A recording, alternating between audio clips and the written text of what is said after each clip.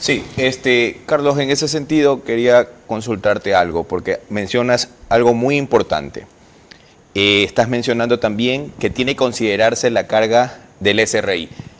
Tú como conocedor del tema, exactamente cuando se hace o el juez o se presenta la demanda, ¿qué se tiene que considerar en cuestión de ingresos para poder establecer la pensión de alimentos? Porque ya me estás mencionando el SRI, pero también hay personas que trabajan bajo dependencia, que tienen un negocio. Exactamente, ¿qué es lo que se debe considerar?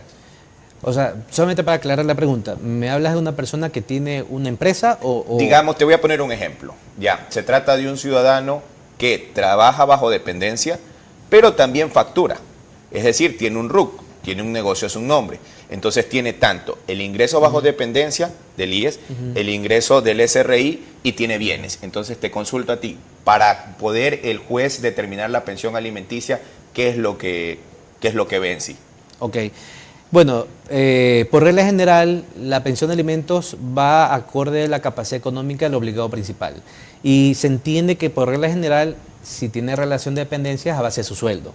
De manera excepcional, podemos decir que si tiene ingresos extraordinarios, como digamos, un negocio, un pequeño negocio, salvo que sea empresario, es otra cosa, ahí sí habría que revisar esos ingresos por medio del sistema de rentas para sumar con el ingreso fijo ordinario que tiene por relación de dependencia.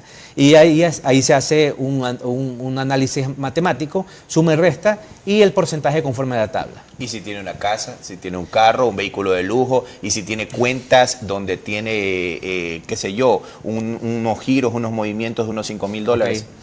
A ver, no creo que no se quiera negar a presentar una pensión alimenticia. Ya lo ponías un millonario, pues, en el ejemplo. No tanto, por ejemplo, puede tener su trabajo donde gana el básico, puede tener un negocio, un RUC donde sea una tienda de abarrotes, puede tener su casa, su vivienda, su vehículo, Steven, y sus cuentas que pueden generar unos movimientos de $5.000. Steven, y podría ser también que no solamente tener un negocio propio como una tienda, sino también ser profesional independiente, porque no también gente puede tener su empleo, generar, pero como independiente también podrías trabajar. Claro, y la facturar. consulta es si corresponde unir todo esto para generar allí el valor de pensión, o cómo sería.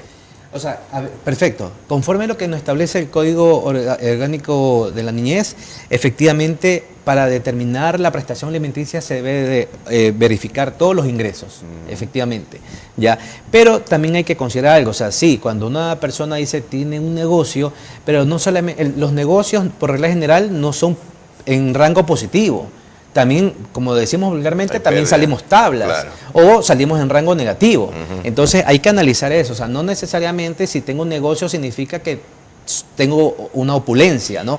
Pero, entonces, perdón, ahí sería entonces el estado de pérdidas y ganancias de acuerdo al impuesto a la renta. Claro, por eso digo, ahí es la parte dentro de un proceso de alimentos donde se puede poner un poco complejo, porque hay que analizar ya varias aristas en las cuales hay que valorar ciertas, entrando al tema procesal, validar ciertas pruebas para ver si conforme a ello se determina una prestación.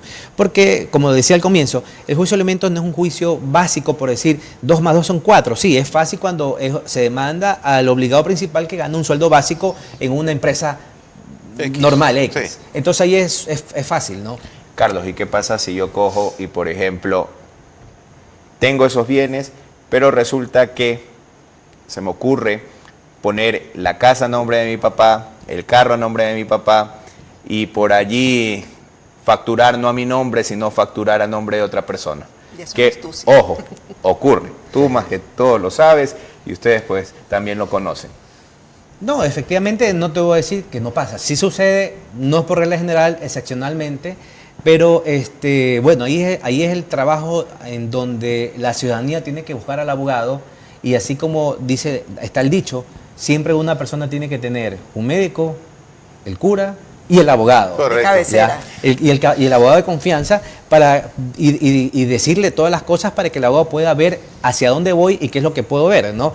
Efectivamente, sí, o sea, habría que comenzar a determinar, investigar en registros públicos los bienes, cuándo fueron las transferencias de esos bienes para determinar si es que efectivamente hubo una, digamos, tal vez el término no es el correcto porque lo estoy diciendo en tema penal, pero si hay una malicia o una deslealtad procesal para causar esa minoración de la capacidad económica para no pagar una prestación.